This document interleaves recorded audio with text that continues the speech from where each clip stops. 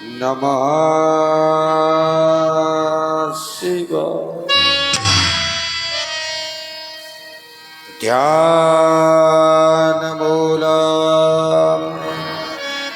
गुरुर्मूर्ति पूजामूलं गुरुपदं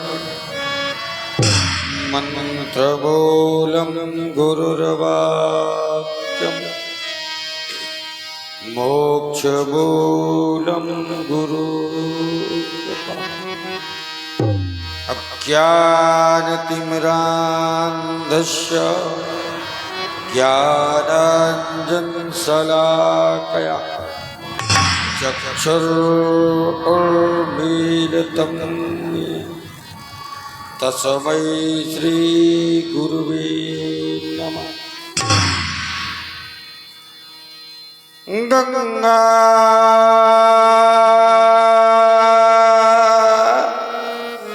तरंग रमणीय जटाकलापम गौरी निरंतर विभूषित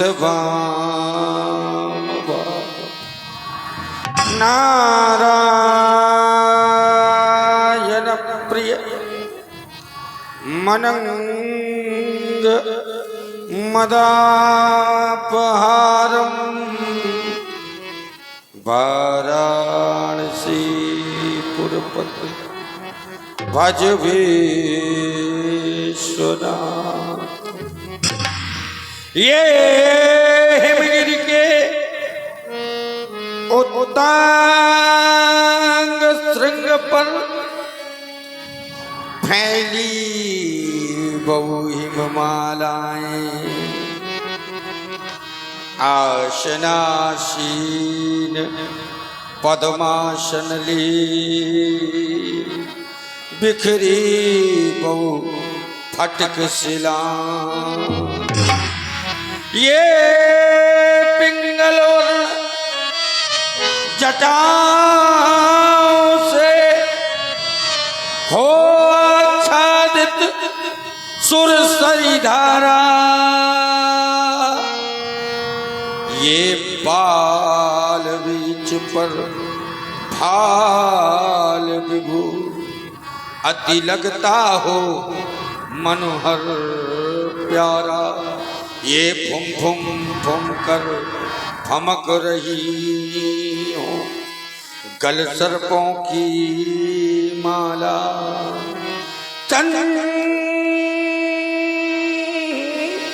चला चंपसा चमक दमक हो कंठ हलाल वाला। ये दक्षिण कर में हो त्रिशूल और डकवा करता हो डम डम।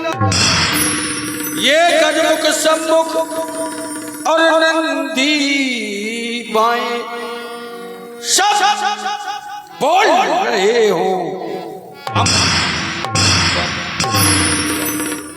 ओ पार्वती पति शशि शेखर। ये पार्वती पति शशि शेखर मम मानस मध्य में आ जाओ। है आज सशंकित हृदय मेरा सदमार्ग शंभु ही दिखलाओ, सदमार्ग शंभु ही दिखलाओ। कितना पावन पुनीत समय था। ये प्रातः काल के पावन पुनीत प्रांगण में ये शीतल मंद समीर अपनी ललित कलाओं का आलिंगन करते हुए मंद मंद प्रभा के साथ कह रहा था, मैं अपनी प्राणवायु को इला पिंगला प्रणाली के संधि स्थल पर पहुंचाने के बाद योग के कुंभक रेचक पूरा क्रियाओं के द्वारा अपने ब्रह्मांड को जागृत कर भगवान भूतनाथ की बाकी झांकी का दर्शन अपने हृदय के मध्य करने ही वाला था कि सहसा किसी घोर भयानक शब्द ने आज हमारी तंद्रा को भंग कर दिया है। मेरे ये विशाल विशाल फड़क फड़क के अपने इन अस्त्रों को धारण करने के लिए क्यों मत ले जा रहे हैं? प्यारे सारंग, आज ऐसा कौन सा कारण हो गया जिस कारण से आज ये तुम मुझे कह रहे हो कि मुझे धारण करो, मुझे धारण करो? ये कौन मचाता शोर? ये कौन मचाता शोर? मचाकर शोर दिया झकझोर चला है, ये लेकर किसकी ओर? थी शांत इंद्रियां यहाँ सभी, आया था कोई पास तभी, ये किया सब ये गर्जन गणगोर मचाकर शोर चला है लेकर किसकी ओर? मचाकर शोर चला है लेकर किसकी ओर? मचाकर शोर चला है लेकर किसकी ओर? ये कैसा शब्द भयंकर था! अचानक हमारे आश्रम के ये बच्चावक चौकड़ी भर भर के हमारे चित्त को भ्रमित करने का प्रयास क्यों कर रहे हैं? ये के साथ कौन कह रहा है? उठो परशुधर, उठो परशुधर, उठो परशुधर, उठो परशुधर। आज रेणुका कुमार परशुराम को बुलाने का ये साहस कौन कर रहा है? कौन? क्या रणचंडे तुम्हारा रक्त का खप्पर रक्त से खाली हो गया है, या फिर प्रलयकारी देव भगवान शंकर अपने तीसरे नेत्र को खोलकर संसार में प्रलय काल की पावन वेला का समावेश करने वाले हैं? लेकिन नहीं, प्रलय तो 14 मनमंत्रों के बाद होता है। अभी तो बहुत मनमंत्र शेष हैं। यदि ये प्रलय काल की वेला नहीं और रणचंडी का आवाहन है तो फिर कौन मचाता शोर? कौन मचाता शोर? भगवान भयंकर, एक बार मैं पुनः योग समाधि के माध्यम से ध्यान लगाकर ये देखता हूँ विश्व के धरातल पर क्या घटित हो रहा है। देखता हूँ। महोक्षा खटवांगा परुष रजनिम भस्म फणिना कपालम चेतित्वा तब वरद तंत्रोपकरणम सुरास्ता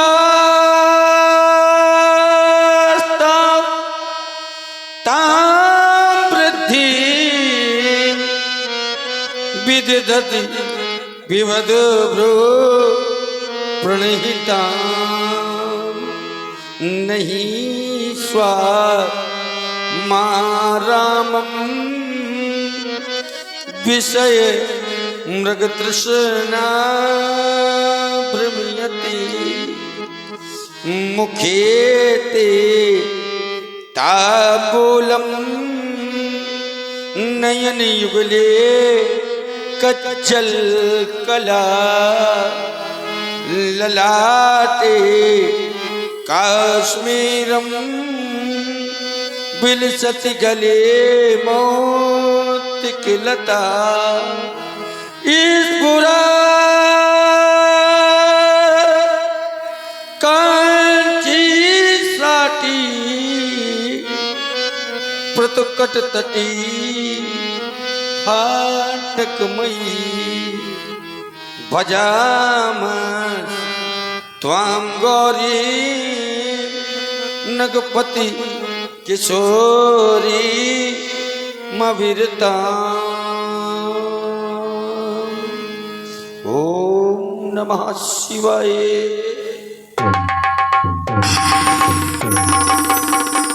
बस विदित हो गया। ये कैसा शब्द भयंकर था जो मैं तो रसातल फूट गया। बस विदित हो गया मिथिला में वो शिवचाप टूट गया। ये शिवचाप धड़ाधड़ टूट गया। ये तोड़ो है चाप, ये तोड़ो है चाप। गाँव गाँव पापी पकड़े तो जाए के भाई ये चाप तोड़। ये बड़ा हाथ दिखाई दी है, ये बाजार है, ये काटदारी है। और लातर से ये रसातल बैठाए दे है और एती न करो तो शपथ खुद शंकर के आज ये सत्साल रेणुका कुमार परशुराम कहूं मैं? परशुराम ने कहा मैं कौन? क्या 10 सिर और 20 भुजाओं के दर्प में आकर उस अभिमानी राजा रावण ने भगवान पिनाकी के पिनाक को तोड़ने का दुस्साहस किया है, तो मैं तेरी लंका में आकर तेरे 10 सिरों को काट के भगवान शंकर के गले की शोभा बना दूंगा। लेकिन नहीं, कोई कहता है रावण सैप्य है, ऐसा नहीं कर सकता। रावण अत्याचारी अवश्य है, लेकिन भगवान शंकर का पुजारी है। यदि रावण नहीं, बाणासुर नहीं, तो कौन ऐसा है जिसने हमारे गुरु के आज को 2 खंडों में विभाजित किया है? बस अब अधिक समय आवश्यकता नहीं है, अब तो सीधा मिथिला की ओर प्रस्थान करना चाहिए, क्योंकि धनुष तोड़ने वाले से मिलना है, धनुष तोड़ने वाले को देखना है। इसलिए आश्रम के देवी देवताओं, आश्रम की रक्षा करना, वन के देवी देवताओं, वन की सुरक्षा करना। ये रेणुका कुमार परशुराम मिथिला के लिए प्रस्थान कर रहा है। बम बम, हर हर बम बम। हेलो, हाँ, कल की भोजन व्यवस्था के बारे में सुन लें।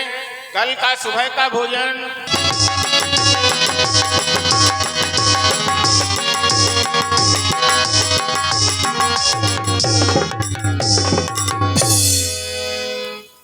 ये 20 रुपए मोहित चौधरी ठेकेदार गायर, 20 रुपए ध्रुव कुशवाहा गायर, 20 रुपए अरुण बरद न जाय स्वरूप धर्मुन तन जन वीर रस आए जय सब भो पितु समेत कहे निज निज नामा लगे करन सब दंडो प्रणामा। जनपद झांसी में बसो, जनपद झांसी में बसो एक बड़ौदा ग्राम, पिता श्री हीरा लाल थे, वो गए सुरधाम, वो गए सुरधाम, वो गए सुरधाम, उनका पुत्र आनंद हुआ, तो करता हूँ प्रणाम। वाह, हीरालाल जी के पुत्र आनंद, कल्याण हो तुम्हारा। तुमने हमें प्रणाम किया, हमारा आशीर्वाद है तुम्हारे लिए। तुम्हारा क्या नाम है? आनंद। वाह, पिताजी का? श्री हीरालाल। श्री हीरालाल जी कहाँ चले गए? सुरधाम, देवताओं के धाम को। सुर माने देवता, धाम माने लोग, तो देवताओं के लोक में चले गए तो देवतुल्य हो गए, है ना। तो तुम्हारा नाम है आनंद, हमारा आशीर्वाद भी आनंद से ही है। आनंद काले बहुराज लक्ष्मी शिव प्रसादाद नवृद्ध सिद्धि बाता हता शत्रुविनाश नंचई दकार सप्तस दरिद्र नाशाई, दकार सप्तस दरिद्र नाशाई। कल्याण होता है।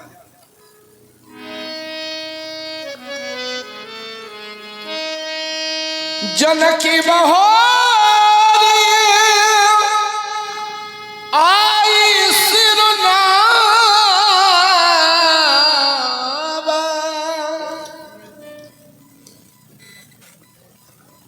भार्गव परशुराम की पावन चरणों में शीर ध्वज का मन सबाचा कर्मणा प्रणाम स्वीकार हो, हमारा वंदन स्वीकार हो, हमारा वंदन स्वीकार हो। यम नियम आसन प्राणायाम प्रत्याहार धारणा ध्यान और समाधि अष्टांग योग पारंगत योगिराज शीरध्वज जनक। संसार में धर्मयोग की शिक्षा का प्रचार और प्रसार करने वाले शीरध्वज जनक स्वयं वृषभ अपनी पत्नियों को बनाकर और संसार में कर्मयोग का पाठ पढ़ाने वाले कर्मयोगी शीरध्वज जनक प्रजापालक क्षीरध्वज जनक, प्रजा रक्षक क्षीरध्वज जनक। जय जय भोलानाथ की, जय जय भोलानाथ की। हमारा शुभाशीष है तुम्हारे लिए राजा जनक, हमारा शुभाशीष है तुम्हारे लिए। तुम्हारा राज्य किसी भी प्रकार की बाधाओं से युक्त ना हो। सर्वा बाधा विनिर्मुक्तो धन धान सुतान्विता मनुष्य मत प्रसादीन भविष्यति न संशय। सिए बुलाई प्रणामो करावा। बेटी सीता, भार्गव परशुराम जी को प्रणाम करो। ठहर जाओ राजा जनक, ये अनुपम बालिका कौन है जिससे तुम प्रणाम करने के लिए कह रहे हो? आज इस बालिका को जब हमने देखा तो हमें ऐसा क्यों प्रतीत होता है? हमारे आराध्य भगवान शिवानाथ के बामांग में बैठने वाली मैया गौरा क्या आज इस बालिका का रूप धारण करके मैथिल प्रांगण में हमें सदृश हो रही हैं? या फिर अष्टभुजाधारी मैया सिंह वाहिनी अपने उस सिंह वाहन को त्याग कर मैथिल प्रांगण में इस बालिका के रूप में हमें सदृश हो रही हैं? कौन है ये अनुपम बालिका? न जाने क्यों सदैव योग में रमा रहने वाला मेरा ये हृदय आज हमसे कहता है बेटा परशुराम, अपने इस परुष को छोड़कर इनके चरणों में लिपट जाओ। प्रणम भाव से आलिंगन करके इनके चरणों में विनयवत भाव से दंडवत हो जाओ, दंडवत हो जाओ, दंडवत हो जाओ। ये बालिका तो हमें ऐसा प्रतीत होता है जैसे स्वयं हमारी मैया गौरा का स्वरूप हो। तो हे माँ, क्या आप इस बालिका का रूप धारण करके मैथिल प्रांगण में आ गई हैं? नहीं नहीं माँ, आपको इस तरह इस मिथिला प्रांगण में नहीं आना था। ये शिव को बिहाए, अरे कैलाश के उस उत्तंग स्थल को छोड़कर आप यहाँ क्यों चली आई हैं मैया? क्यों चली आई हैं? ये शिव को बिहाए माँ, आज आपको ऐसे मिथिला नहीं आना था। ये जुड़ी है समाज जहाँ ये सब शिवद्रोहियों की, ऐसे शिवद्रोहियों की समाज भी नहीं आना था। आना ही था तो धरती वो कालिका विकराल रूप वो खड़ग और खप्पर अपने हाथ में लाना था, या फिर लाती गणेश और खड़ानन को अपने साथ, ये लाती वो गणेश और खड़ानन को अपने साथ, या फिर अपने पुत्र इस परशुराम को बताना था। हे माँ, आपको इस तरह मिथिला नहीं आना था, मिथिला नहीं आना था। लेकिन नहीं, ये हमारी मैया नहीं है। यदि ये हमारी मैया होती तो बढ़कर हमें अपने हृदय से लगा लेती और कह देती बेटा परशुराम, अब कोई चिंता की आवश्यकता नहीं है, मेरा आगमन मैथिल पावन भूमि में हो गया है। यदि ये मैया नहीं तो जनक सुता ये कौन है बालिका? जनक सुता ये कौन? ये उमा रमा ब्रह्माणी से जल मिल जाती जलकाती जनक सुता ये कौन? बालिका का क्या परिचय है बताओ? पूज्य, ये हमारी पुत्री है। एक दिवस की बात,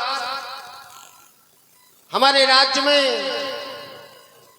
जल वृष्टि ना हुई तो पूर्व पंडितों के कथनानुसार हमने अपने भार्या के सहित हल कर्षण किया। हल कर्षण करते समय हल के अग्रभाग से एक सुंदर घड़ा टकराया। उसी घड़े में ये देवी विराजमान थी नाथ।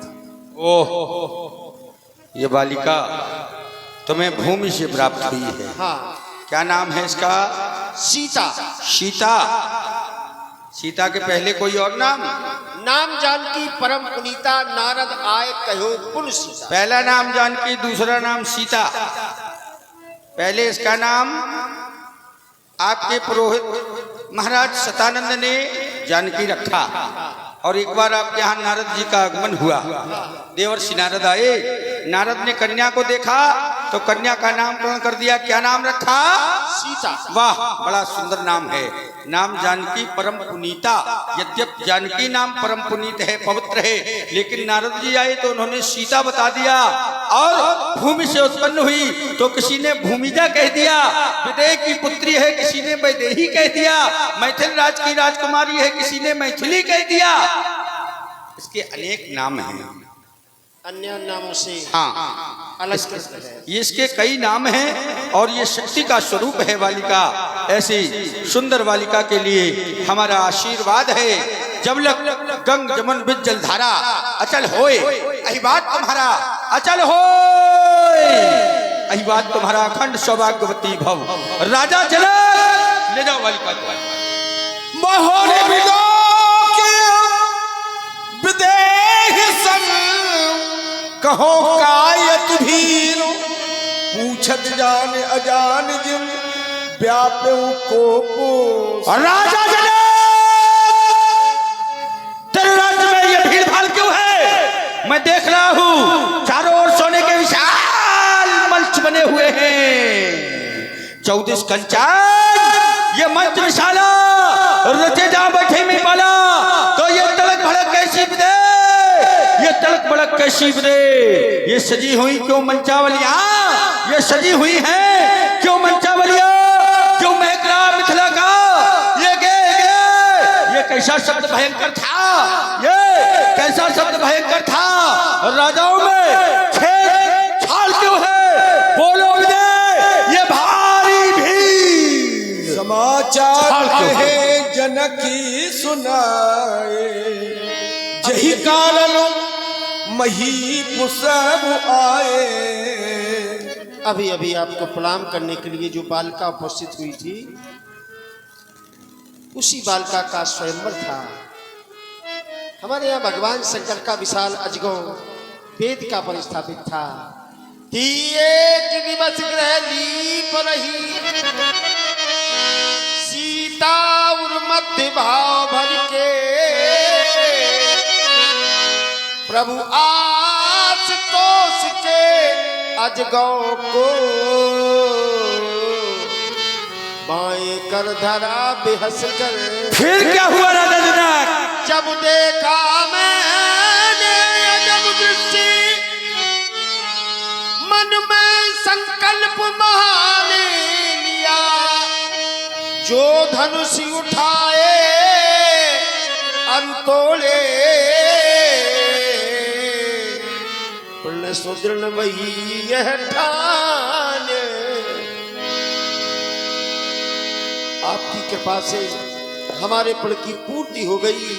अजगौ 2 खंडों में परिवर्तित। फिर अनतो निहारे देखे चापो खंड में ही डारे। अरे मूर्ख राजा जनक, तूने पुरानी के इस पिनाक को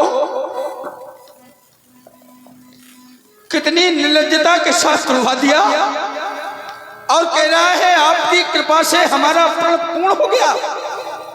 अरे सहजता क्या इतनी सहज होती है, सरलता क्या इतनी सरल हो जाती है। ये चाहते तो अपनी सुरक्षा स्वयं कर सकते थे, इन्हें तोड़ने का साहस संसार की किसी शक्ति में नहीं है। लेकिन आप इतने सहज हो गए, इतनी सहजता से आप टूट गए और इस निर्लज्ज राजा जनक ने इतना भी ध्यान नहीं किया कि ये क्या है। अरे संसार की रक्षा का दायित्व जिन्होंने अपने कंधे पर लिया था उनको इस तरह तुड़वाकर दीनहीन अवस्था में धूल धूसरित धरा पर धलवा दिया और कहता है आपकी कृपा से। मूर्ख राजा जनक, आज तूने अपने ज्ञान को भी धूमिल कर दिया। लोग कहते हैं राजा जनक ज्ञानी है, लेकिन क्या यही ज्ञान की परिभाषा है, क्या यही महानता है? प्यारे अजगौ, तुम तो टूट गए, लेकिन कोई बात नहीं, मैं यहाँ आ गया हूँ। ये समय आंसू बहाने का नहीं है, पश्चाताप करने का नहीं है, ये समय है बदला लेने का और शीघ्रता से बदला लेना है। शीघ्रता से आपको तोड़ने वाले को हमें मिलना है। इसलिए राजा जनक अतन से बोले बचन कठोरा, कौशल जनक धनुष के तोरा। बोलता क्यों नहीं है मूर्ख राजा जनक? पायल धनुष किसने तोड़ा है? किसने तोड़ा है बे? दिखाओ दिखाओ मूल न पियाजू उल्टा हूँ मैं जय लहे तोरा। शीघ्रता से दिखाओ धनुष तोड़ने वाला कौन है, नहीं तो जहां तक तेरे राज्य की ये वसुंधरा है मैं सबको उलट कर दूंगा। उलट पुलट पुलट सब है मिलो के लोग सब जान जान की भीड़ हृदय न हरस विषाद कछ बोले श्री रघुबीर। भृगुनाथ जी, भूत दावन भोलेनाथ का धनुष तोड़ने वाला कोई और नहीं, आपका दासी है ना। जिस पर आप जैसे संत महात्माओं की कृपा होगी, जिसने सदैव ब्राह्मणों का सम्मान किया होगा, जिसे संतों का सानिध्य प्राप्त हुआ होगा, ये कार्य वही कर सकता है, अन्यंत्र दूसरा कोई नहीं। हे भृगुनाथ जी, नाथ सबूत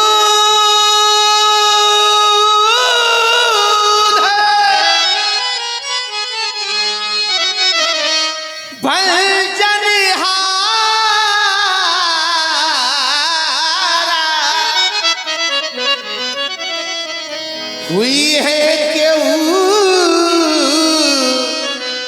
एक दासी तुम्हारा।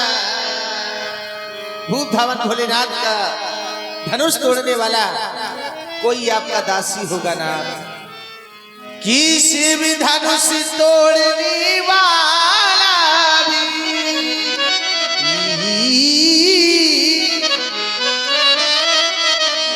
कोई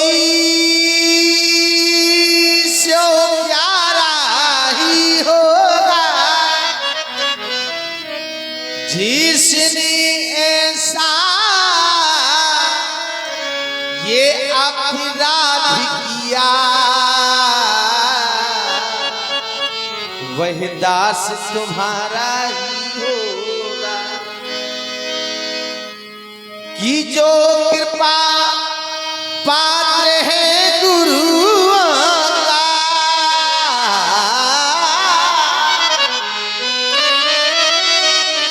कि जो कृपा है गुरुओं का, वही कभी किसी से डर सकता है। जिस पर है कृपा ब्राह्मणों की, ये कार्य वही कर सकता है। आया सुका है करिए केने मोही। तो सुन रसाए बोले मोन क्रोही। राघव, ये राजनीति का पाठ और 16 दूनी 8 क्यों हमें सिखा रहे हो? ये तो हम भी जानते हैं धनुष तोड़ने वाला एक ही है। धनुष तोड़ने वाले 10, 20, 100, 1000 नहीं है, क्योंकि राजा जनक ने बताया धनुष के साथ सीता जुड़ी हुई है और सीता का विवाह धनुष टूटने के उपरांत हो गया है। तो विवाह केवल एक ही के साथ होता है क्या 10, 20 के साथ होता है? तो हमें तुम अपने लक्ष्य से भटकाना चाहते हो। ये तो हम जानते हैं धनुष तोड़ने वाला एक है, लेकिन हम ये जानना चाहते हैं कि वो एक कौन है। वो एक कौन है जिसने धनुष तोड़ा है?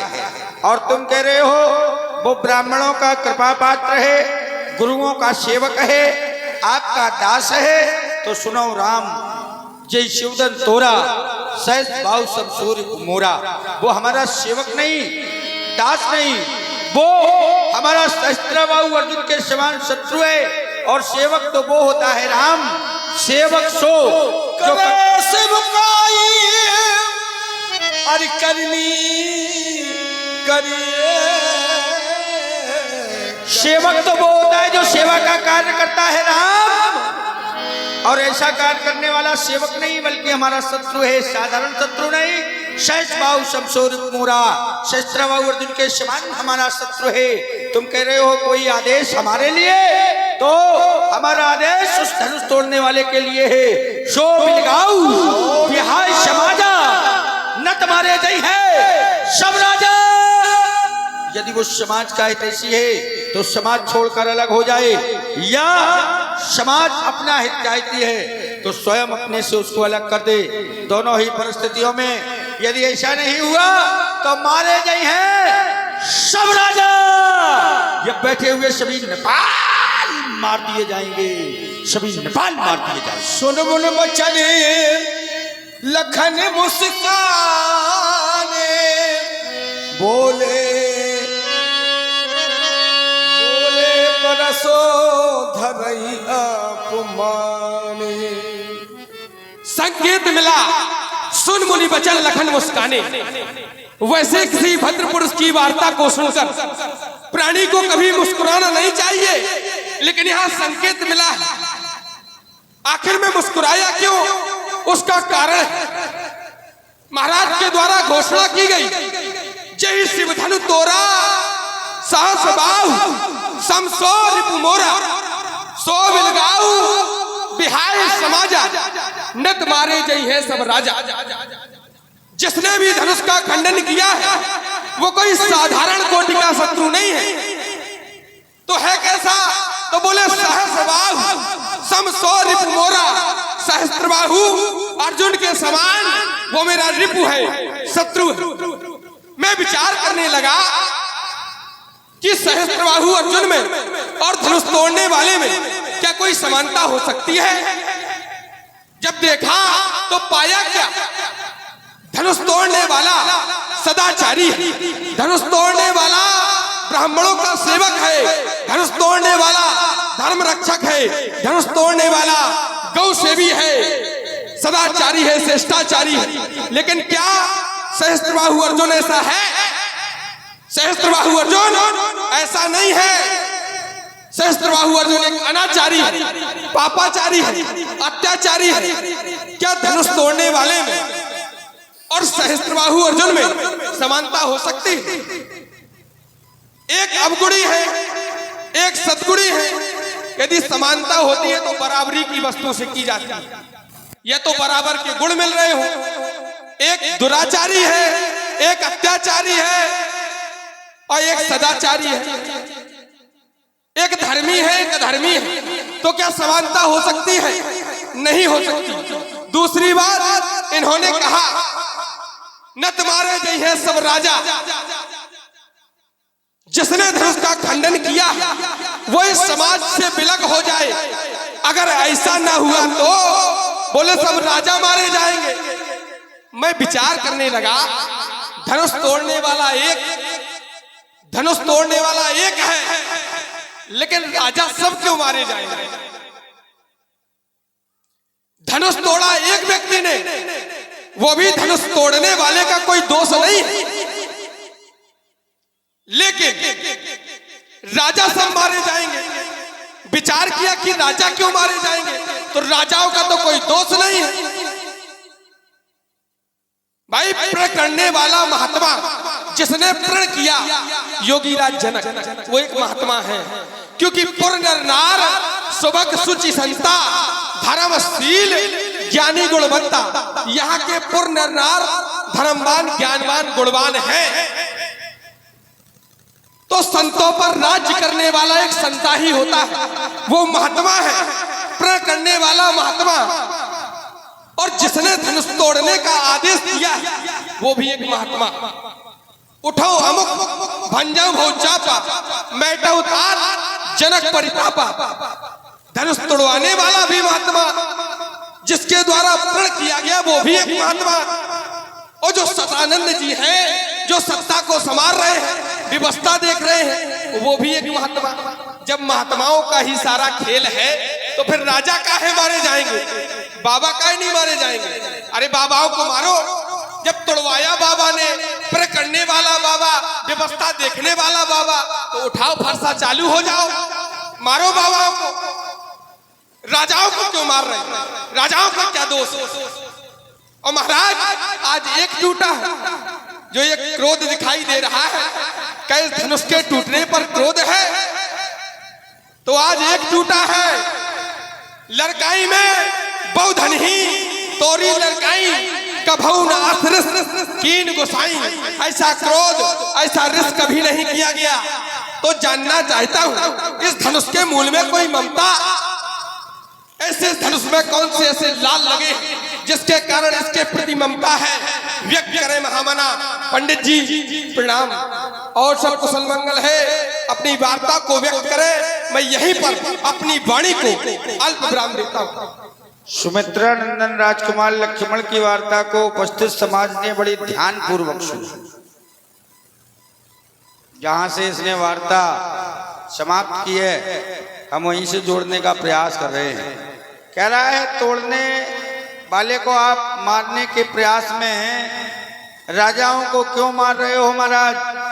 प्रण है महात्मा का, तुड़वाने वाला महात्मा है और जो व्यवस्था देख रहा है वो महात्मा है, तो बेटा मारने वाला भी तो महात्मा ही है। ये जब महात्मा ने तुड़वाया है और महात्मा ने प्रण किया है तो मारने वाला भी महात्मा है।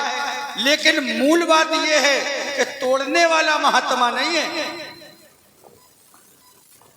तो भाई और हमारा विरोध है तोड़ने वाले से, हमारा विरोध तुड़वाने वाले से नहीं है।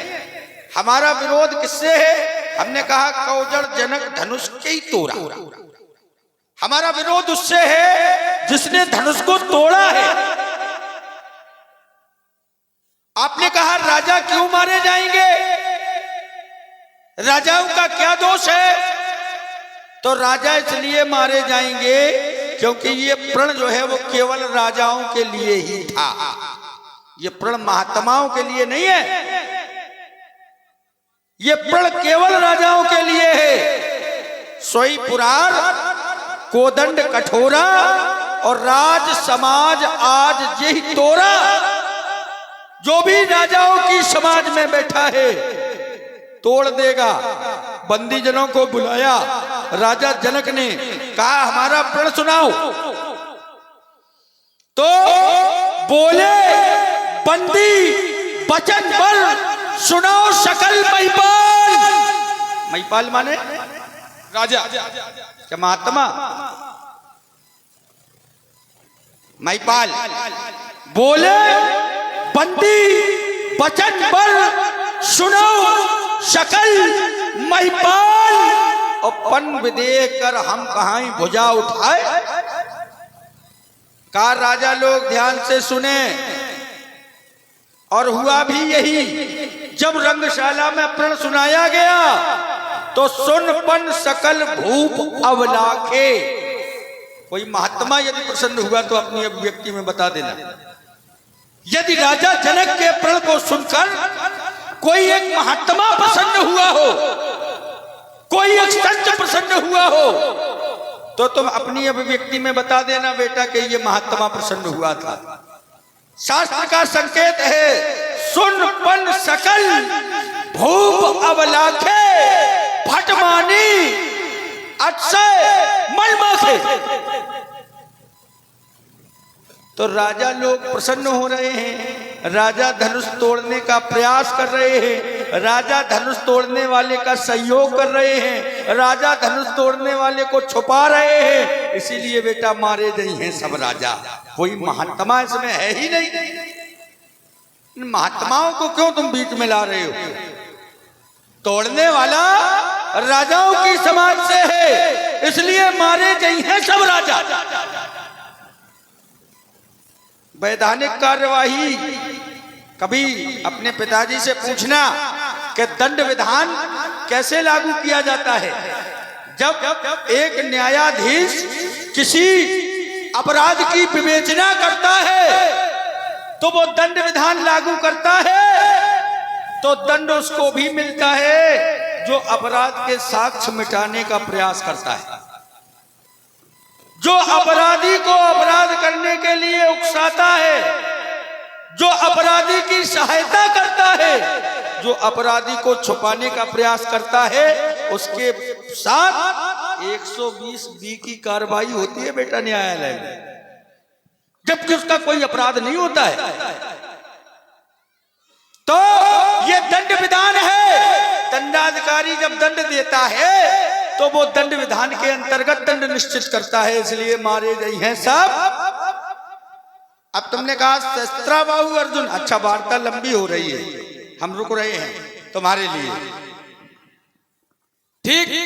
देखिए जरा, महात्मा परशुराम जी की वार्ता को सभी ने बड़े ध्यान से सुना हो, ध्यान से सुनना। इन्होंने कहा कि जब न्यायालय में दंड विधान सुनाया जाता है, क्योंकि दंड का अधिकारी वो भी होता है जो संरक्षण देता है, और इन्होंने कहा कि धनुष तोड़ने वाले को राजाओं ने संरक्षण दिया, छुपा लिया, बता नहीं रहे हैं। महाराज यहाँ केवल राजा ही नहीं आए हैं। आपने कहा महाराज जनक का प्रण था, सुनो सकल महिपाल, पन विदे का कहे हम, भुजा उठाए विशाल।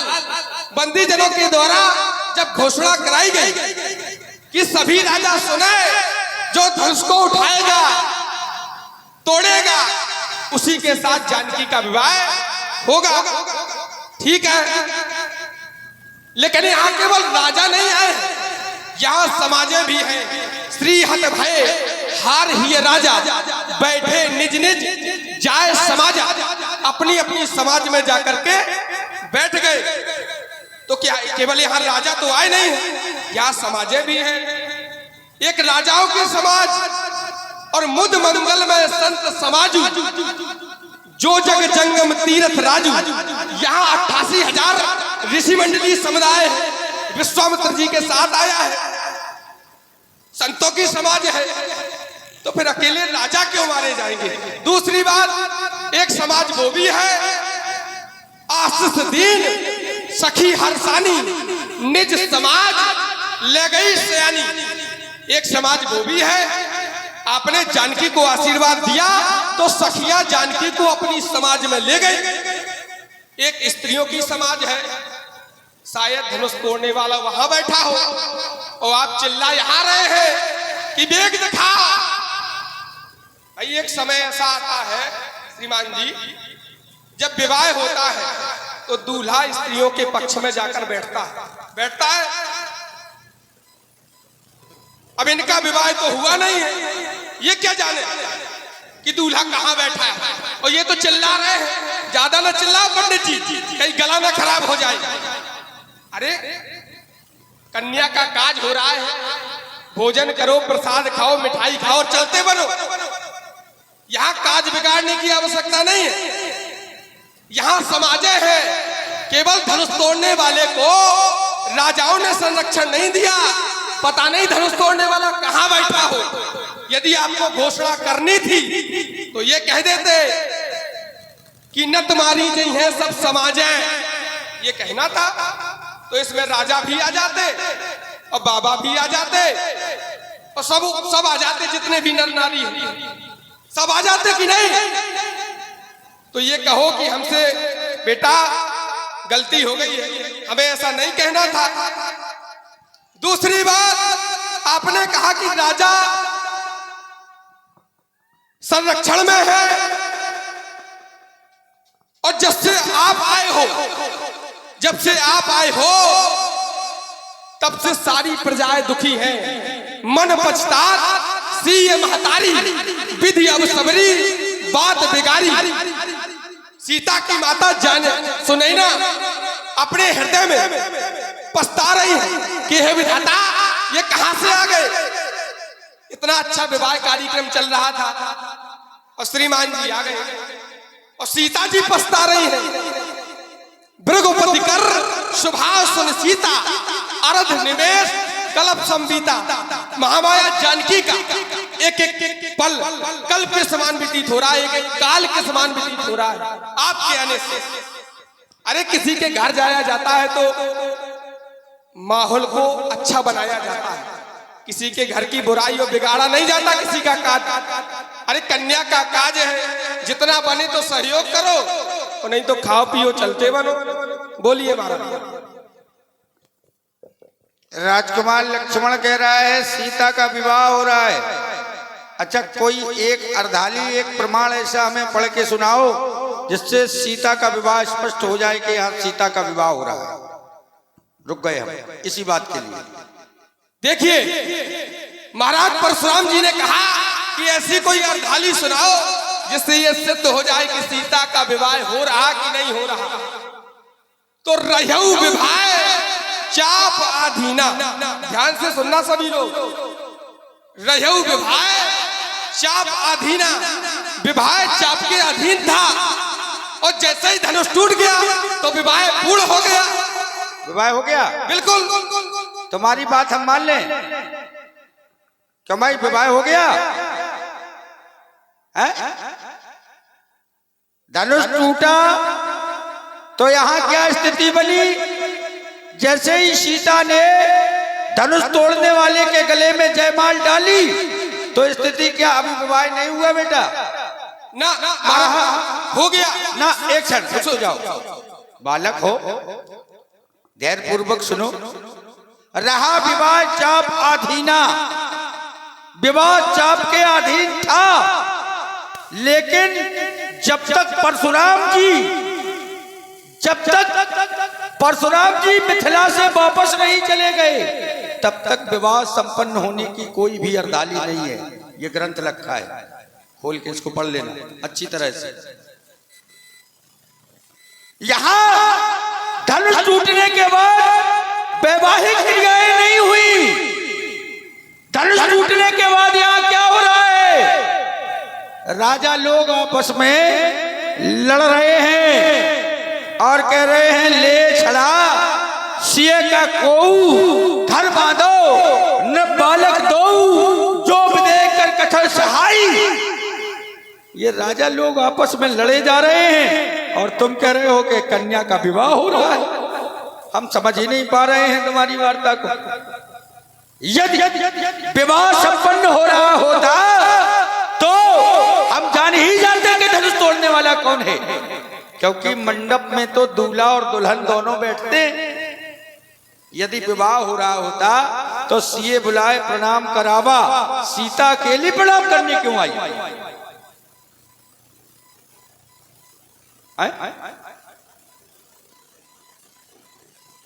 जब तक हमें पता है जयमाल हो गई, लेकिन जब तक वैवाहिक क्रियाएं संपन्न ना हो तब तक विवाह पूर्ण नहीं माना जाता है। न ही विवाह की कोई भी अर्धाली ग्रंथ में लिखी गई।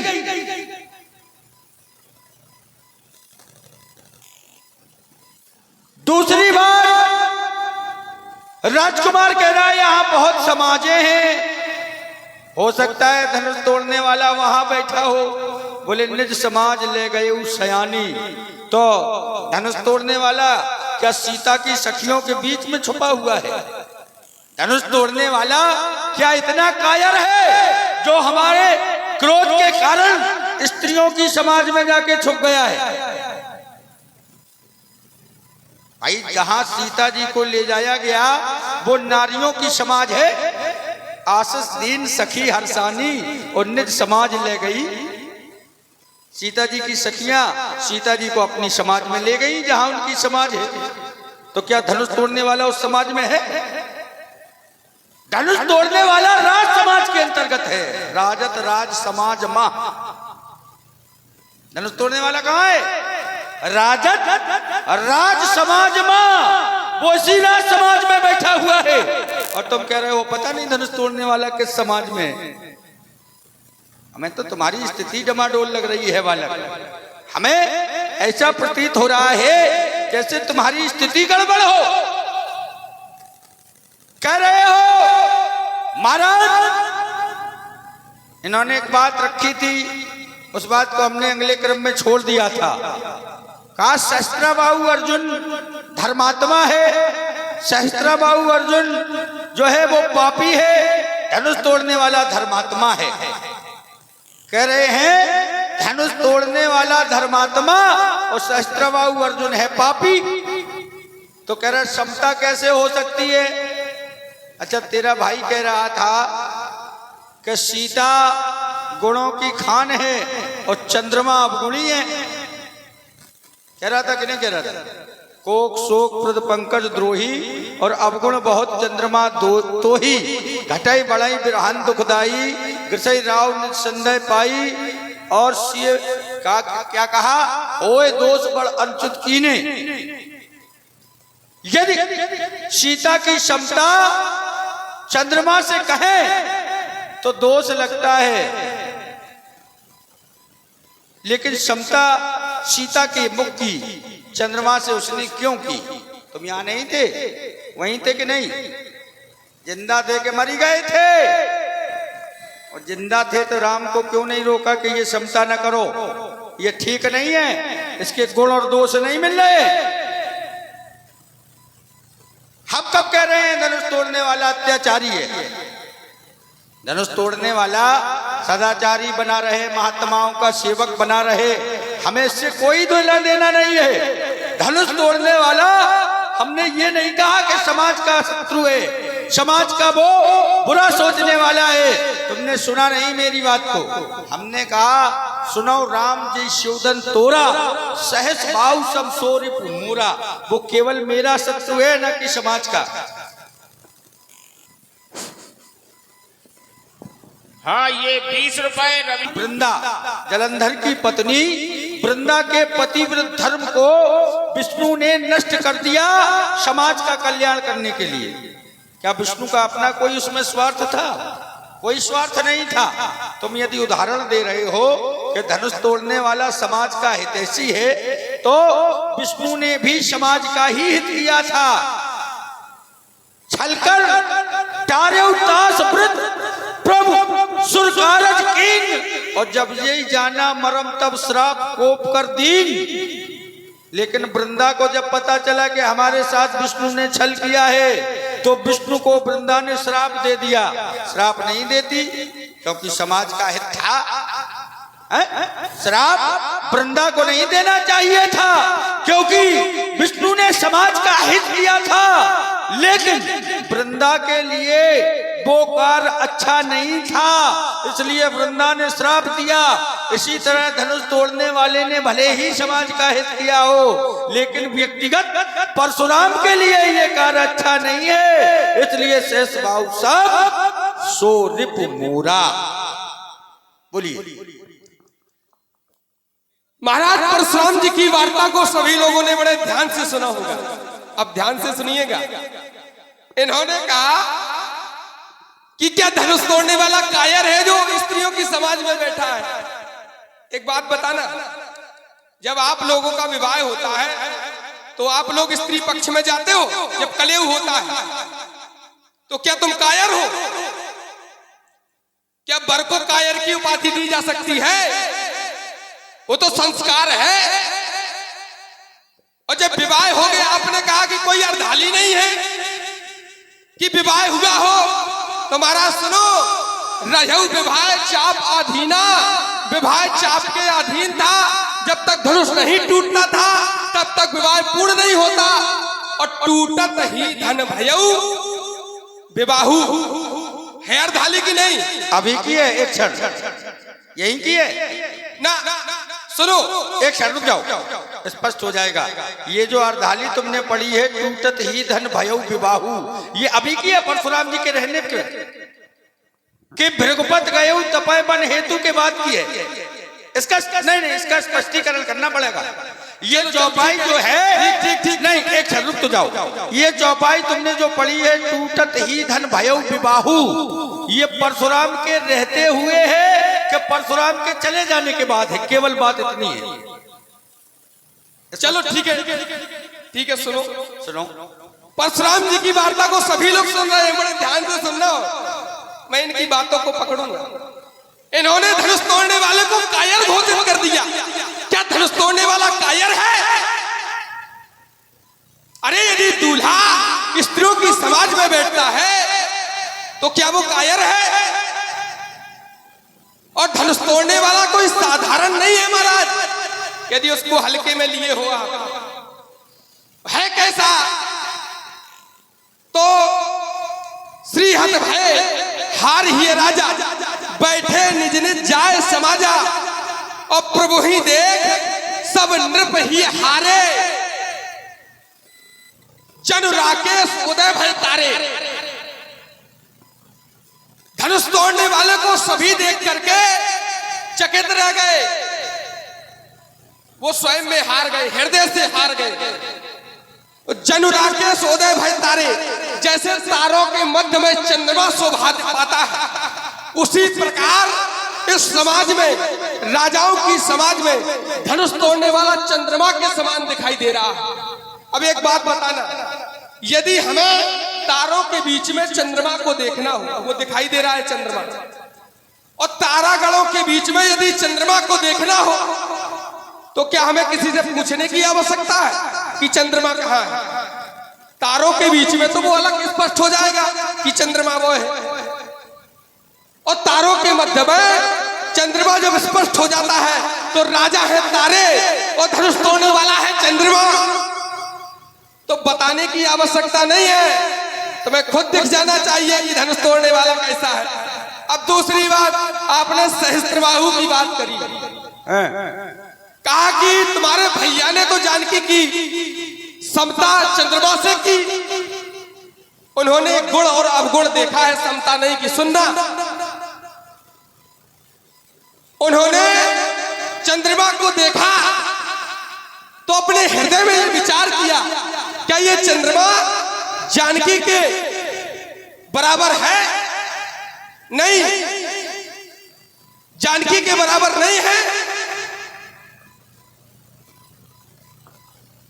क्योंकि उन्होंने कहा सीय बदन सम हिम कर नाही, सीय बदन सम हिम कर नाही, ये चंद्रमा सीता के बराबर नहीं है, सीता के मुख के बराबर ये नहीं है। कहां समता की श्रीमान जी, समता कहां की? हो गया, उन्होंने स्पष्ट कर दिया। सुनना, कि सीय बदन सम हिम कर नाही, हिमकर माने चंद्रमा, सम माने बदन माने मुख, सब माने, सब माने बराबर, तो समता है कि नहीं? ना सुनना, अब एक क्षण रुक जाओ, यहीं रुको, ये पैर अंदर करो, मंच की तरफ इस तरह नहीं, अंदर करो ये पैर, ये कौन आगे जी बैठा है? मंच की तरफ इस तरह नहीं बैठा जाता पैर का। हाँ, ध्यान रखो थोड़ा मर्यादा का, ये देख रहे हो यहाँ पर मंच है भगवान का, इस तरह पैर नहीं किए जाते। राजकुमार लक्ष्मण की वार्ता को सभी लोग ध्यान से सुन रहे हैं। कह रहा है धनुष तोड़ने वाला कौन है? तो बताया प्रभु विलोक सब नृप ही हारे, और जन राकेश उदय भाई तारे। राकेश माने इसने बताया चंद्रमा होता है, और चंद्रमा जैसे ही तारागणों में चंद्रमा का उदय होता है तो चंद्रमा सबसे अलग दिखता है। अच्छा एक बात बताना, चंद्रमा क्या सूर्य की उपस्थिति में चंद्रमा का दर्शन होता है? बताइए आप लोग। सूर्य निकल आए तो क्या चंद्रमा के प्रकाश का कोई प्रभाव रह जाता है? सूर्य के निकलने पर चंद्रमा प्रकाशित रहता है कि नहीं रहता? नहीं रहता। तो बेटा हमें तो देखो कि हम कौन हैं, हम कौन हैं? नहीं तुम्हें नहीं पता। तेई अवसर सुन शोधन भंगा, और आयो भृगुकुल कमल पतंगा। पतंगा माने सूर्य, जहां सूर्य उपस्थित हो गया वहां चंद्रमा का क्या प्रभाव? भाई जब हम सूर्य हैं, तेई अवसर सुन शोधन भंगा, और आयु भृकुल कमल पतंगा, सूर्य का उदय हो गया तो चंद्रमा के प्रकाश का क्या महत्व है? धनुष तोड़ने वाला भले ही चंद्रमा बना रहे, लेकिन हमारे सामने प्रकाशमान थोड़ी है, हमारे सामने थोड़ा ही उसका प्रकाश है। हो तो बताना कि सूर्य के उपस्थिति में चंद्रमा कहां प्रकाशित है, ये बता देना। ठीक। दूसरी बात इसने कहा कि सीता की समता चंद्रमा से नहीं हुई है। तो हमें लगा तुम्हारे कान फूट गए हैं, तुम्हें सुनाई कम देता है, लक्ष्मण कम सुनाई देता है। इसके भाई ने कहा जन्म सिंधु पुनबंधु विश्व दिन मलिन शकलंक। देखिए हम समता शब्द स्पष्ट कर रहे हैं, समता है कि नहीं? सीए मुख समता, क्यों समता है कि नहीं?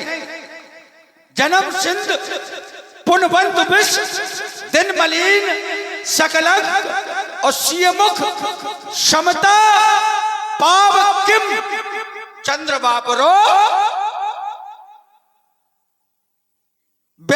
मुख पटतर। पटतर माने, पटतर माने क्या होता है? अब आप बोल रहे हो, आपको पता नहीं है पट्टर माने क्या होता है? पटतर माने समता, समान, बराबरी। कैसी भैया समाज की कैसी स्थिति है? जो व्यक्ति बोल रहा है उसे पता नहीं। हम तुम्हें इसलिए बता रहे हैं, हमसे पूछ रहे हैं। शायद तुम्हें न पता हो इसलिए तुमसे पूछ रहे हैं कि जानते हो तो तुम्हें जान पड़ जाए कि समता है कि नहीं। हमें ऐसा लगा पैदे ही मुख पटतर दीने तो होए दोष बड़ अनुचित कीनी। इसलिए राजकुमार लक्ष्मण देखो क्रोध में है, ये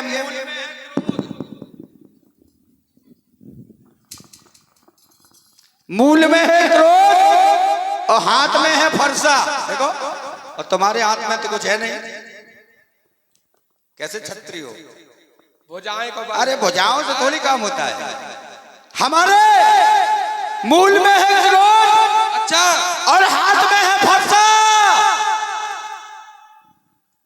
और कम से कम इतनी दूरी हमसे बनाकर रखना, कहीं ये ऐसा चल गया तो दशरथ के लिए समस्या उत्पन्न हो सकती है। 4 के 3 रह जाओगे,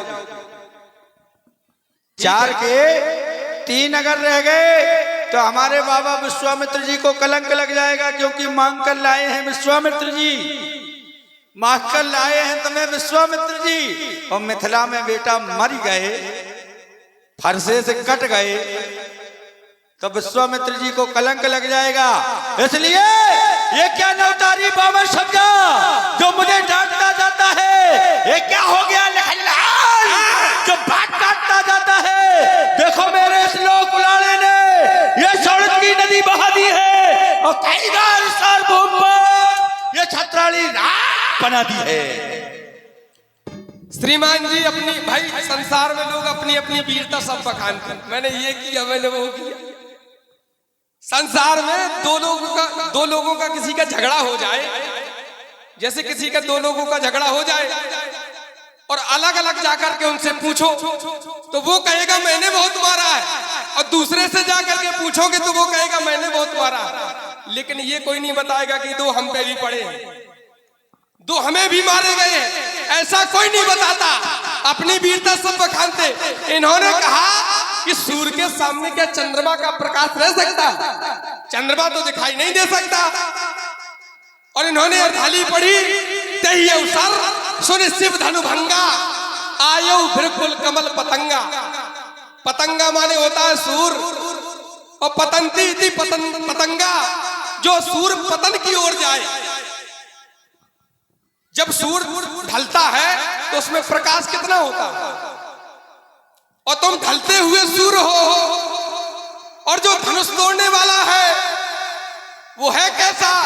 उदित उदयगिरी मंच पर रघुवर बाल पतंग। कैसा है वो? तुम तो पतन के सूर्य हो, तुम ढल रहे हो। पतंती थी पतंगा, तुम पतन के सूर्य हो।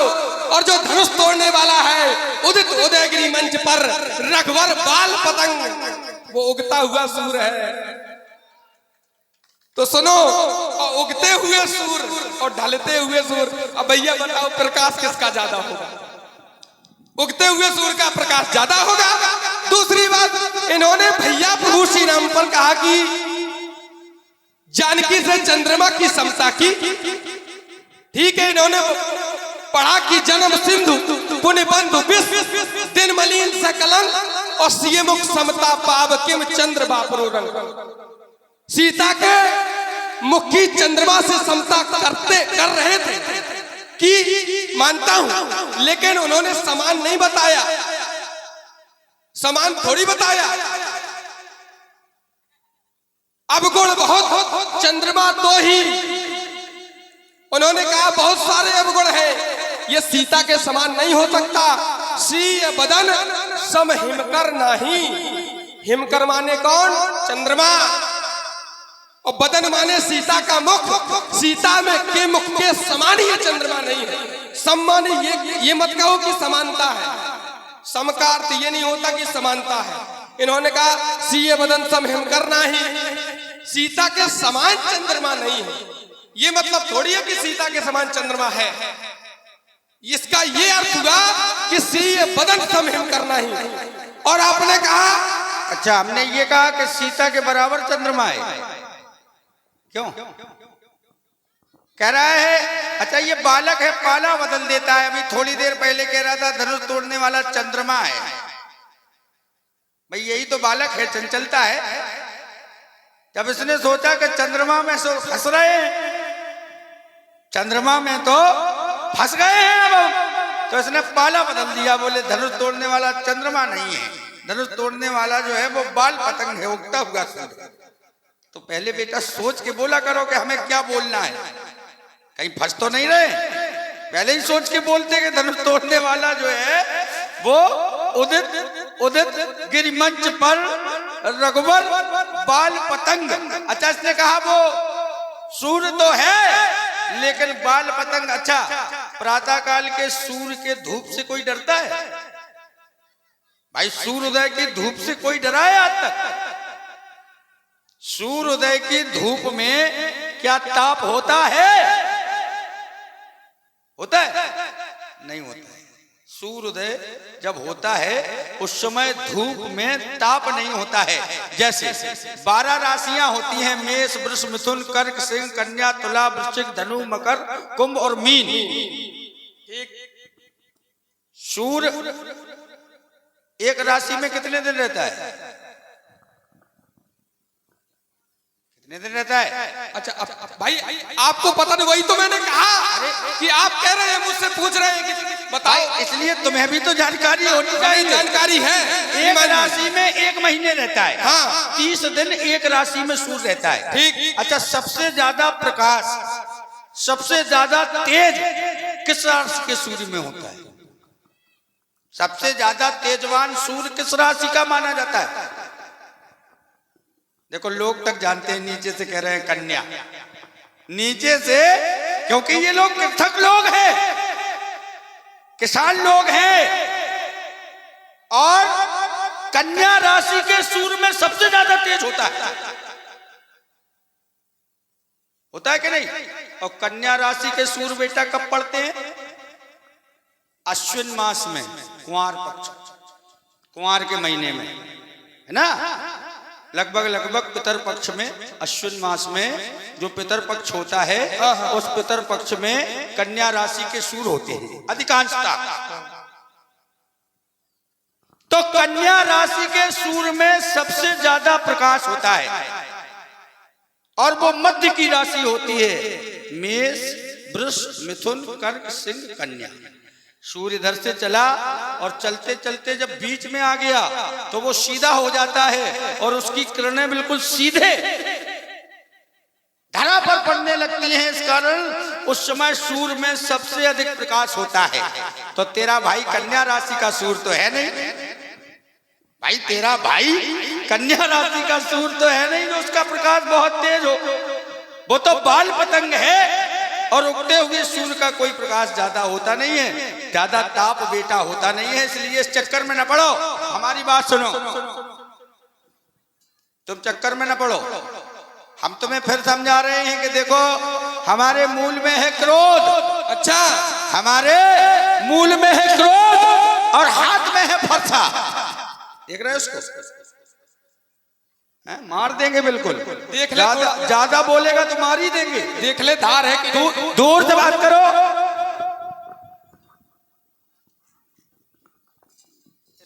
इसकी धार संसार कई बार देख चुका है। कह रहा था कुछ लोग ऐसे होते हैं समाज में, उनसे पूछोगे तो वो कहते हैं हमने उनको बहुत मारा, हमको उनको बहुत मारा, लेकिन कभी ये नहीं बताते कि हम पे भी 2 पड़े हैं। तो बेटा हम उनमें से नहीं हैं।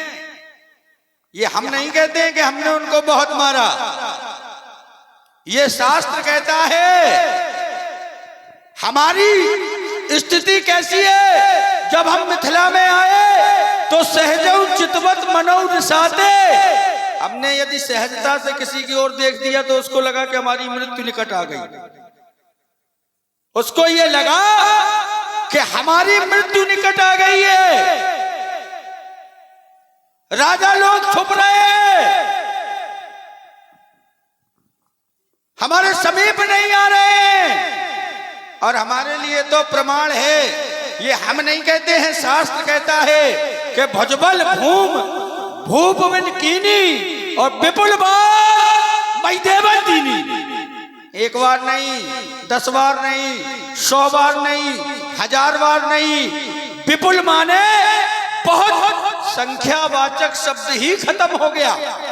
लोग कहते हैं 21 बार पृथ्वी को जीता है, और हम कह रहे हैं शास्त्र कहता है भुजबल भूप बिन कीनी विपुल बार मई देवन दीनी। इसलिए राजकुमार इन सब बातों को छोड़ो, चक्कर में हमारे तुम पड़ो ना, और ज्यादा चक्कर में पड़ोगे तो मर जाओगे। ज्यादा हमारे चक्कर में पड़ोगे तो मर जाओगे। इसलिए वर्ष में सहस्त्रबाहु उसकी वीरता का ये जहान में न जोड़ा था। मैंने वर्षियों का युद्ध में एक बच्चा तक न छोड़ा था, मोड़ा था। खड़ानन का आनंद मैंने ही युद्ध में गणेश के दंत को मैंने ही तोड़ा था, और वीरता का मेरी जहान में न जोड़ा था, वीरता का मेरी जहान में न जोड़ा था। आइए जरा परशुराम जी की वार्ता को सभी ने ध्यान से सुना। अब अपने अपने कान यहां करिए। इन्होंने कहा कि तुम्हारा भाई, अच्छा कान यहाँ करिए कि ध्यान यहाँ करिए? कान तो वहीं रहेंगे। पहले कान करना पड़ेगा तभी ध्यान होगा। कान तो वहीं रहेंगे। जब सुनाई नहीं देगा, जब सही से नहीं सुनेगा। राजकुमार कान तो अपनी जगह पर ही रहेंगे, ध्यान इधर करिए ऐसा बोलो ना, कान से ही ध्यान लगेगा। जब कानों में सही से सुनाएगा नहीं, कान कहीं और मन कहीं और है। इसीलिए सुनो, इन्होंने कहा कि धनुष तोड़ने वाला उगता हुआ सूर्य है। मैंने कहा ठीक, और ये पतन के सूर्य है, ये ढलते हुए सूर्य है। अच्छा एक बात बताना, कोई ढलते हुए सूर्य को प्रणाम करता है कोई प्रणाम? जो सूर्य ढल रहा हो उसे कोई प्रणाम करता है?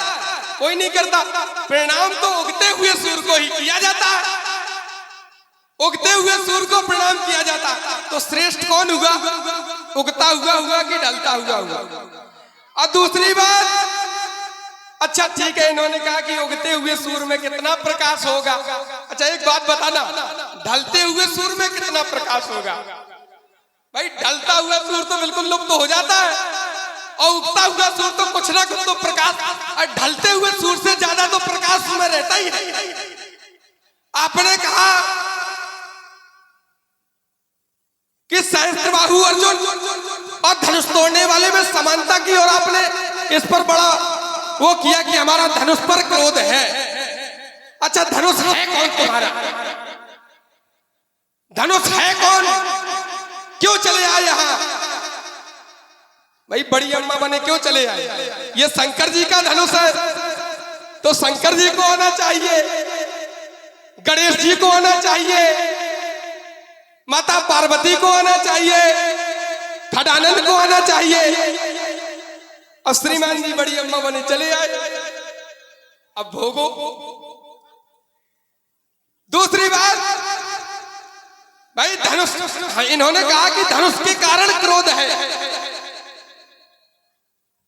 तो धनुष के कारण जब क्रोध है तो धनुष तुम्हारा कोई नहीं है। और ये धनुष यदि टूटा तो भगवान शंकर ने इसे त्याग दिया था, इसने तुम्हारे गुरु का अपमान किया है। जब युद्ध हुआ तो ये चला नहीं, और जब चला नहीं तो भगवान शंकर ने इसे त्याग दिया। और जो भगवान से विलग हो जाता है भैया वो टूट जाता है। अच्छा भगवान की चेतना जिस प्राणी के अंदर से निकल जाए तो वो तो मर जाएगा, और भगवान शंकर ने इसे त्याग दिया। लेओ जनक ये गुर की थाती, पूजन करो जुड़ावो छाती, पूजन करो। भगवान शंकर ने त्याग दिया और तुम्हारे गुरु का इसने अपमान किया, तो फिर तुम क्यों 3 2 5 कर रहे हो? तुम्हें 3 2 5 नहीं करना चाहिए। इसीलिए मैं तुम्हें समझा रहा हूं, काल के काल में न जाओ, नहीं रो रो के मैया तुम्हारी मर जाएगी। ये फरसे की चमक दमक हम खा दिखाओ नहीं, ये धमक धमक चाल चले, ये चाल रुक जाएगी। और लाल लाल आंख, सुनो बाबा, लाल लाल आंख न दिखाओ लखन लाल को, नहीं लाल के वाल से लंगोटी छूट जाएगी। वाह। कह रहा है ढलते हुए सूर्य को कोई प्रणाम करता है तो लगता है तुमने संध्या का नियम नहीं पढ़ा। संध्या की है जीवन में कभी? तो ढलते हुए सूर्य के रहते की जाती है कि सूर्यास्त के बाद की जाती है? सूर्य रहते की जाती है। शास्त्र कहते हैं उत्तमो सूर्य संयता और मध्यमा लुप्त भास्करा अधमो तारको पेता साई संध्या त्रिधा मते। उत्तम संध्या वह है जो सूर्य ढलते की जाए, और फिर हम ढलते हुए सूर्य थोड़ी हैं। ये तो हम तुम्हें इसलिए बता रहे हैं, हमने 3-4 बार सुना कि तुम कह रहे हो ढलते हुए सूर्य हो। तुम्हें नहीं पता हम ढलते हुए सूर्य नहीं है बेटा। हमने इसलिए छोड़ा था, चलो बालक हो, लड़कपन है, बालक बुद्धि है, छोड़ दो इसको, बालक है कह रहा है, कहने दो। तो ढलते हुए सूर्य को भी प्रणाम किया जाता है। ढलता हुआ सूर्य भी श्रेष्ठ है,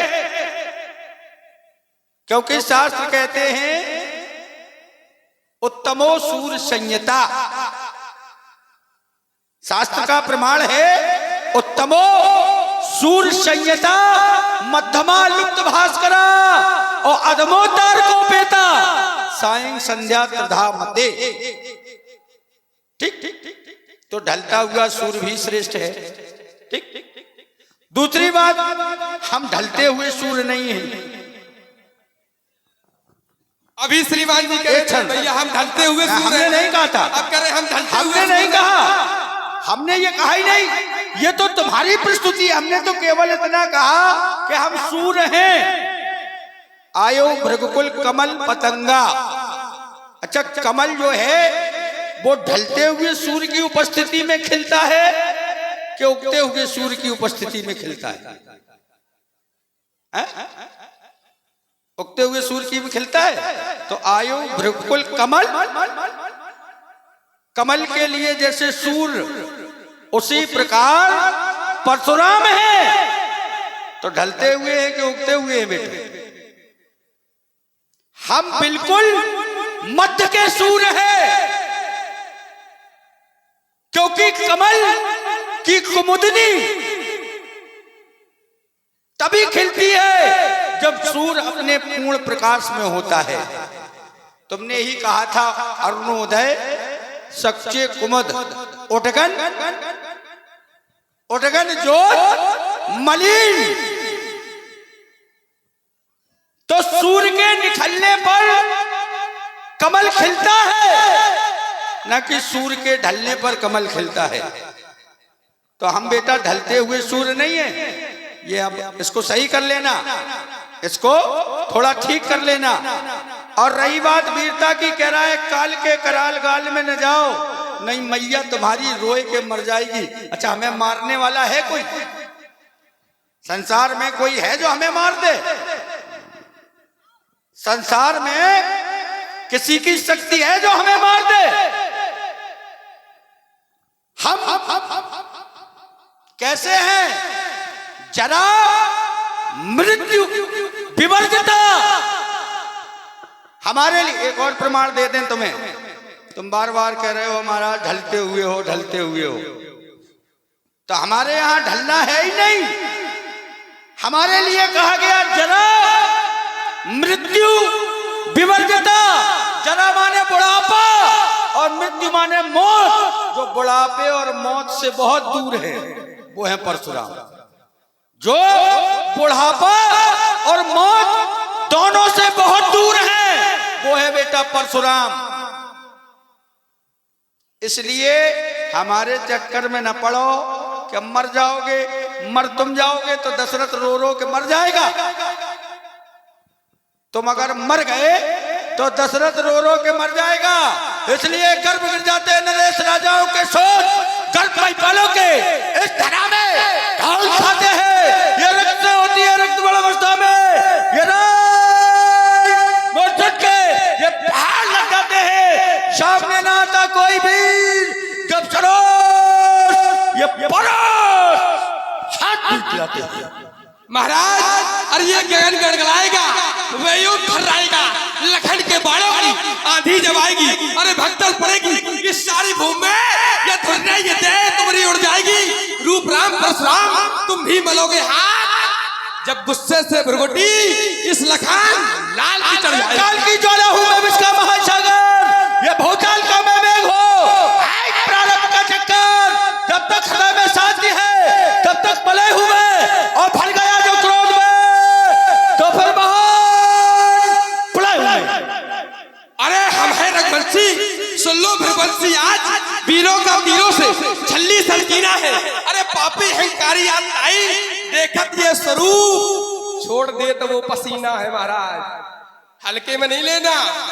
देखत ये स्वरूप छोड़ दे तो वो पसीना है और गरजते जो बादल बरसते ना देखे कभी ऐसी ही दशा तुम्हारी है जो पारक कल्लीना है निर्भय निशंक संग वाजत बिन भूखे ऐसा वीरा लखन लाल करसीना हुआ है कौन सा जो हमारी वीरता मोड़े ये पराक्रम से प्रबल होके मेरी गंभीरता मोड़े ये मचाऊ क्रांति भूतल में तो अपने का वेग मिला दो और भीषण हुंकारों से।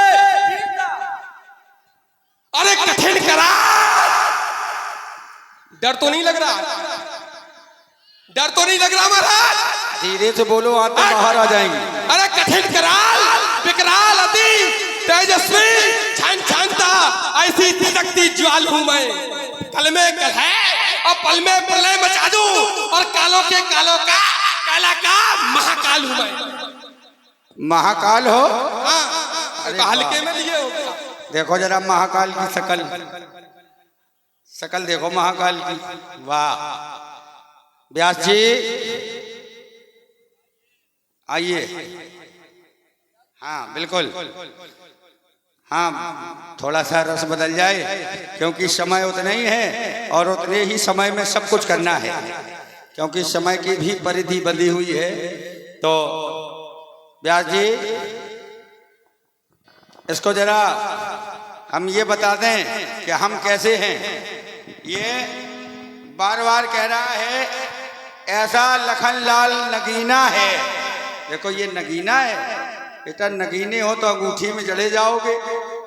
हाँ कोई अंगूठी में जड़ लेगा और पहन लेगा अंगूठी में जड़ने वाले नहीं है महाराज वही हो ना नगीना कैसा भी हो तुम्हारे कहने से थोड़ी हो जाएगी। नगीना कोई भी हो लेकिन नगीने को जौहरी एक दिन तराश कर जड़ ही देता है तभी तो उसका नाम नगीना है। भाई नगीने को एक दिन जौहरी तराश कर जड़ ही देता है वो चाहे जितना मूल्यवान हो। तो व्यास जी जरा इसको ये बता दें कि जीवन का दर्शन क्या होता है।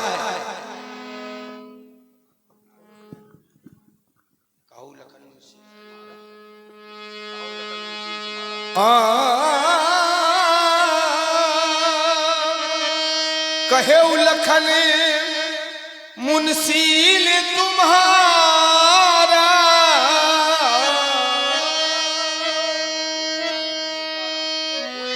नहीं जाने विदित संसार।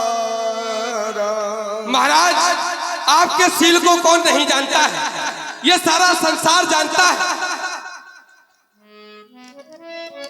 माता पिता उर्ण भयनी के इन्होंने अपनी माता का वध कर दिया भाइयों को मार दिया। तो व्यास जी कि माता पिता ही उर्ण भयनी के माता पिता ही गुरु ऋण रहा अरे गुरु ऋण रहा गुरु ऋण रहा सोच बड़ जी के गुरु ऋण रहा सोच बड़ जी के। अब आनिए व्यवहारिया बोली और तुरंत देव में थैली खोली। महाराज आप व्यवहारियों को बुलाए, मैं आज ब्याज सहित लौटाने के लिए तैयार हूँ। राजकुमार लक्ष्मण कहता है महाराज आपके शील को कौन नहीं जानता है। हाँ, ये 10 रुपए राधिका याज्ञ सागर याज्ञ दिया, पिता के ऋण से उऋण हो गए। और इसने एक बात विशेष कह दी, गुरु ऋण रहा सोच बड़ जी के, सो हमरे जन माथे काड़ा और दिन चल गए ब्याज बहु बाड़ा। कह रहा है बहुत दिन हो गए हैं महाराज, ब्याज भी बढ़ रहा है, तो अब आने व्यवहारिया बोली, तुरंत देव में थैली खोली। हमारे व्यवहारियों को देखना चाहते हो हैं? अवश्य। तो व्यवहारी नाम भगवान शंकर का है ना। तो और हम मिथिला में हैं, तो व्यवहारी तो यहाँ हमारे बहुत हैं। व्यवहार हमारा कोई कम थोड़ा ही है। तो बुला ले, बुला ले। देखिए ये हमारे व्यवहारी ही बैठे हैं। आ जाओ भाई, आ जाइए भाई। सुरेंद्र मास्टर साहब आ जाइए, थोड़ा 1-2 क्षण के लिए आप लोग आ जाइए। 3 लोग, 2 लोग और आ जाओ, 5 लोग आ जाओ बस जाते, क्योंकि ये रामचरितमानस का प्रसंग है, कोई बड़ी बात नहीं। आप लोग धर्म के काम में लगे हैं और ये तो बहुत अच्छी बात है कि आप लोग इस धार्मिक आयोजन में अपना मन लगाए हुए हैं, अपना तन लगाए हुए हैं और अपना धन लगाए हुए हैं। देखिए ये आ गए, देखो लखनलाल, हमारे व्यवहारियों की संख्या कम नहीं है। व्यवहारी हमारे आ गए। ये हमारे सबसे अच्छे व्यवहारी जो स्मृति शेष हो गए, क्योंकि आने और जाने के बीच में ही संसार है। जो आता है उसे एक दिन यहाँ से अवश्य जाना पड़ता है। किसी कवि ने बड़ी सुंदर रचना की है, कहा सब मित्र खड़े रह जाएंगे, सब चित्र टंगे रह जाएंगे। किसी कवि ने कहा कि सब मित्र खड़े रह जाएंगे, सब चित्र टंगे रह जाएंगे और सांसों की चादर में लिपटे सब छंद पड़े रह जाएंगे। फिर ओंठों पर रखी बंसी तेरा कोई गीत न गाएगी। लोग कहेंगे अभी तो बोल रहे थे, अब क्या हो गया है, अब कुछ बोलते ही नहीं, देखो ना अब क्या हो गया है। लोग कहेंगे किसी वैद्य को बुलाओ, पता नहीं क्या हो गया, अभी अभी पिताजी बोल रहे थे और अचानक बोलना बंद कर दिया। फिर ओंठों पर रखी बंसी तेरा कोई गीत न गाएगी। फिर पिछले पल की देखो ये पल पल याद सताएगी। मैं कौन, प्राणी विचार करता है, मैं कौन, कहां से आया था, मैं कहां से आया था और यहां क्यों आया था। मैं कौन, कहां से आया था, क्या कारण था, बस यही प्रश्न एक खटकेगा। और माया के चक्कर में रहकर प्राणी कब तक ऐसे भटकेगा। तो ये हमारे स्मृति शेष श्री लाखन सिंह जी आचार्य जी के सुपुत्र हैं। सुरेंद्र मास्टर साहब हमारे बहुत अच्छे व्यवहारी थे, लाखन आचार्य जी, अब उनका दायित्व ये पूर्ण कर रहे हैं। और हमारे भैया जी ये सभी हमारे व्यवहारी ही हैं। तो अब बताओ लक्ष्मण क्या होना चाहिए। व्यवहारियों को तो देख लिया तुमने। महाराज ऐसे ही व्यवहारी हमारे धर्म की रक्षा करते हैं, ऐसे ही आयोजन करवाते हैं, तभी तो हमारी संस्कृति बनी हुई है। अब हमारा कब की समाप्त हो जाती है। आपने कहा हमारा जो ऋण है उसका क्या है,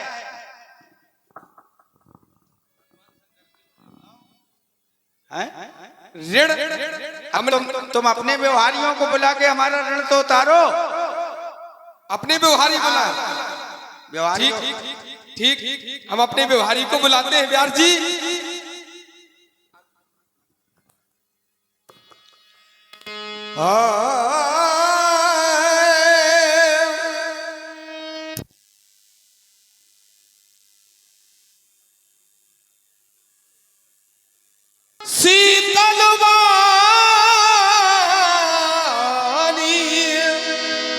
बोले राम जोर जुग पानी। बहुत देर से मैं इस लक्ष्मण की कड़वी वार्ता को सुन रहा हूं, इसलिए अब मेरे कान इसकी वार्ता को नहीं सुनना चाहते हैं। मैं कोई मीठी वाणी को सुनना चाहता हूं।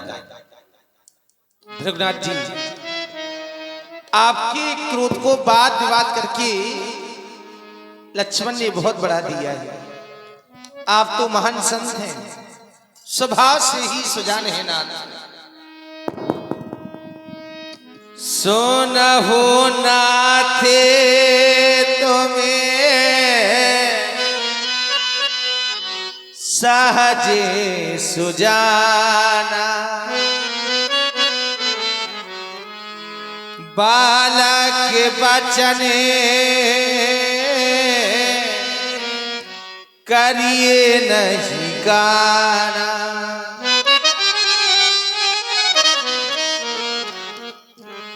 कि बरे बालक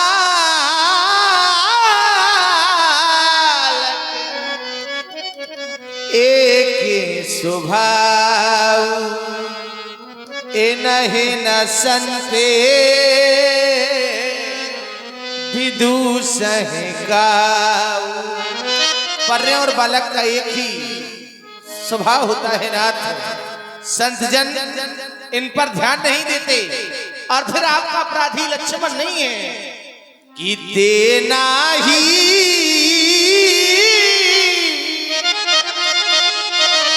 कछु काजी बिगारा,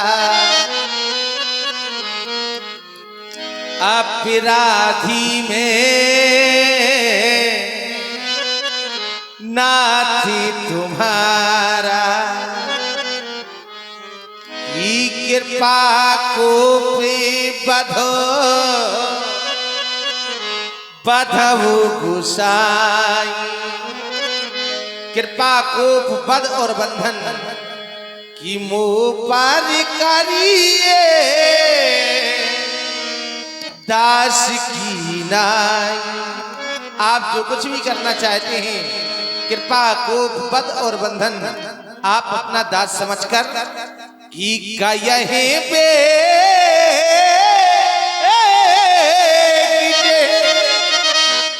विधि ऋषि जाई। मुनि नायक सोई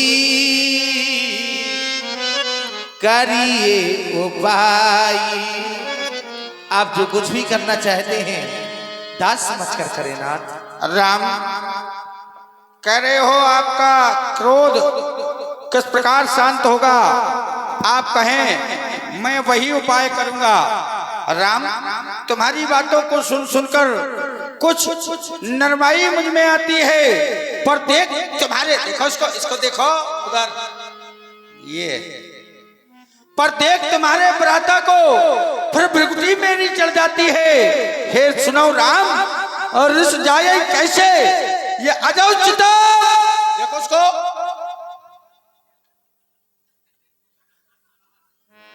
अब देखो देखो देखो अजौ चितम तवरुज अनशे दोयई के कांठ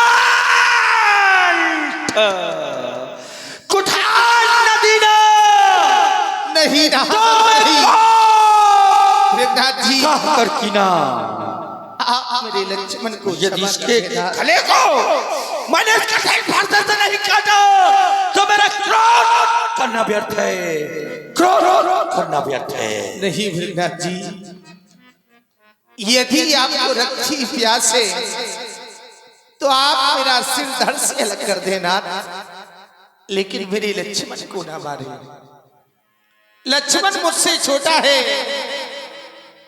मैंने तो ऐसा जाना है छोटे से पहले बड़े की चिताएं जला करती हैं।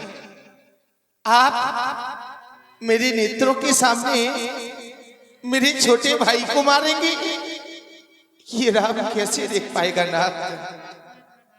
जिस समय हम अयोध्या से निकले महामुनि के साथ, मैया ने आदेश दे दिया राम तुम जिस प्रकार से लक्ष्मण को लिए जा रहे हो, ठीक जब महामुनि का यज्ञ पूर्ण हो जाए तो अविलंब लक्ष्मण का हाथ मेरे हाथों में सौंप देना। नाथ मैं जब अयोध्या जाऊंगा, मैया पूछेगी कि राम लक्ष्मण कहाँ है, क्या उत्तर दूंगा अपनी माँ से? क्या उत्तर दूंगा अपनी माँ से?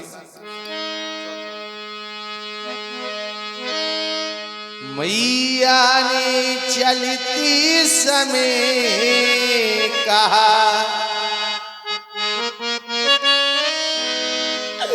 ही राम बचन मन से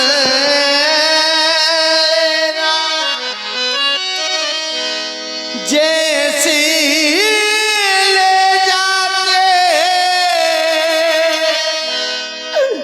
मेरे लक्ष्मण को वैसे ही मुझे सौंप देना। मैं बिना लखन की है भगवन किस तरह अवधपुर जाऊंगा। पूछेगी मैया मेरा लखन कहाँ, तो क्या कहकर बतलाऊंगा। भगवान भिखारी मांग रहा भैया के प्राणों की भिक्षा, बदले में मेरा बध कर लो अपनी पूरी इच्छा। यदि इतने में संतोष न हो तो प्रभु अपना धनुष उठा अपने ही हाथों ये शीशी का चरणों में ये शीश चढ़ा जाओ। यदि रोवे मात पिता बंधु धीरज दे उन्हें समझा देना। प्रभु रामचंद्र की बिने यही फिर लौटी महेंद्रा चल देना। हे राम, मेरे भाई को क्षमा कर देना। हमें ऐसा लग रहा है तुम्हारे आंसुओं में ये विश्व बह जाएगा, इसलिए राम रोना बंद करो। ले जाओ अपने भैया को। मैंने तुम्हारे भैया को प्राणदान दे दिया, लेकिन मैं किस प्रकार से ये मान लूं कि आप वही राम हैं? बार बार आप गूढ़ वचनों का प्रयोग कर रहे हैं, तो तुम्हारे इन गूढ़ वचनों को सुनकर हमारे हृदय चक्षु जागृत हो गए हैं और हम जानना चाहते हैं यदि वास्तव में आप वही राम हैं तो हमारे पास ये सारंग है। परीक्षण के लिए जब तक मैं प्रयोग नहीं कर लूंगा तब तक मुझे विश्वास नहीं होगा। इसलिए राम राम रमापति कर धर लेहु, खेचो मोर मिटे सदेहु। धनुष को चापिया पहुँचल बस विश्वास मुझको हो गया। मनो विस्मय भयऊ। जाना नहीं था कि रमा के पति हो, ये जाना नहीं था कि तुम जगत के पति हो। हे राम, मैंने आप दोनों बंधुओं के लिए बड़े ही अनुचित शब्दों का प्रयोग किया है, लेकिन आप तो क्षमा के मंदिर हैं, तो अनुचित बहुत कहे हुए ज्ञाता, ये क्षमा क्षमा मंदिर दो भ्राता। आप दोनों भाई हमें क्षमा करें। और भृगुनाथ जी, आप धैर्य को धारण करें। एक बार और अनजाने में जो भी वाक्य निकल गए हैं उससे कोई दोष नहीं लगता, क्योंकि जान करके अपराध जो करते हैं उन्हें दोष लगता है। एक बार सभी लोग प्रेम से बोलिए परशुराम जी महाराज की, बोलिए राजा रामचंद्र की, बोलिए लखन लाल की, बोलिए आदि शक्ति दुर्गा मैया की।